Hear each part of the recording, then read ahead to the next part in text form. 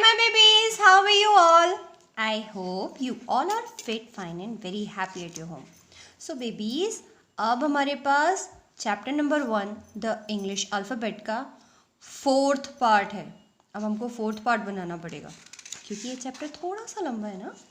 तो हमने इसमें अल्फ़ाबेटिकल ऑर्डर तो अच्छी तरह से लर्न कर लिया था, राइट. हमने हर एक लेटर का अल्फ़ाबेटिकल ऑर्डर पढ़ा था और साथ ही साथ हमने डिफरेंट वर्ड्स का भी अल्फ़ाबेटिकल ऑर्डर पढ़ा था, राइट. फिर हमने सेकेंड लेटर को ध्यान में रखते हुए अल्फ़ाबेटिकल ऑर्डर लर्न किया था. नाउ हम सीखने वाले हैं वोवेल्स एंड कॉन्सोनेंट्स. ऑलरेडी हमको आता है तो हमको कोई ज़्यादा परेशानी तो होगी नहीं, राइट. तो छोटा सा रिविजन कर लेते हैं. You know the English alphabet has 26 letters. You know ना, है ना. आपको पता है कि यहाँ पे इंग्लिश अल्फ़ाबेट्स कितने होते हैं? 26 लेटर्स के होते हैं. 5 of these are vowels. उनमें से जो 5 होते हैं ना वो vowels होते हैं. कौन से 5 होते हैं? A, E, I, O, U. These are the 5 different vowels. पहले आपको पता है वॉवल्स की एक खासियत और क्या होती है? जब भी आपको चोट लगती है तो आपके मुंह से अक्सर क्या निकलता है? आ या फिर ई या फिर आई या फिर हो या फिर ऊ, ऐसे करके निकलती है ना. तो इन्हीं आवाज़ों को वॉवल्स कहते हैं. ओके.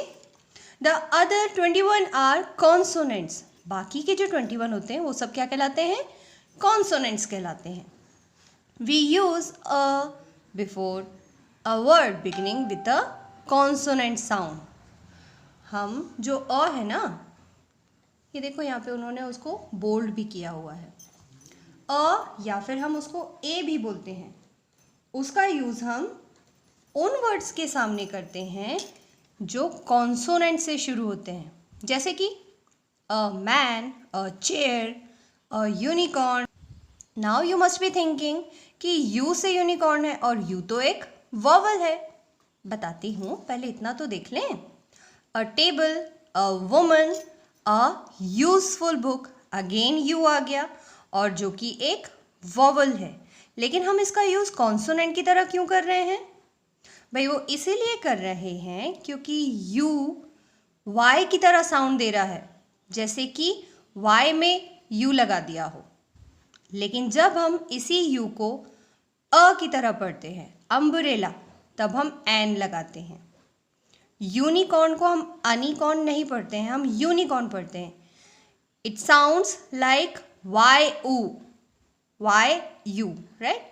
तो इसलिए हम इसको कॉन्सोनेंट की तरह लेते हैं. ऐसे वाले जितने भी वर्ड्स जिसमें कोई भी वॉवल कॉन्सोनेंट की तरह बिहेव करता है, तब हम उसके आगे ए लगाते हैं या फिर हम इसको अ भी कहते हैं. ठीक है. Let's continue. We use an before a word beginning with a vowel sound. हम एन कहाँ लगाते हैं? जब कोई वर्ड वॉवल साउंड से शुरू होता है. ओके. यहाँ पर ध्यान देने वाली बात यह है कि हम साउंड की बात कर रहे हैं. कोई भी वर्ड ई से शुरू हो रहा है या यू से शुरू हो रहा है, वो इम्पॉर्टेंट यह है कि वो साउंड कैसे दे रहा है.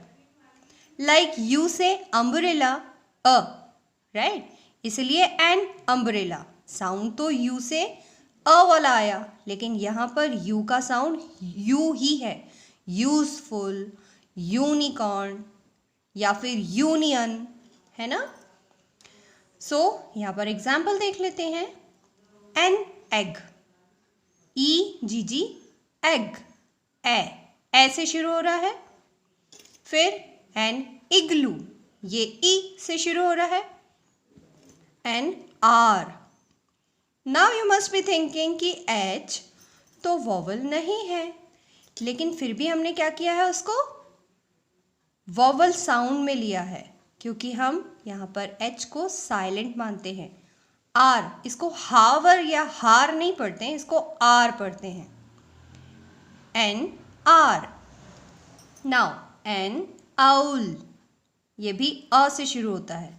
फिर एन एप्पल, ये भी ए से शुरू होता है.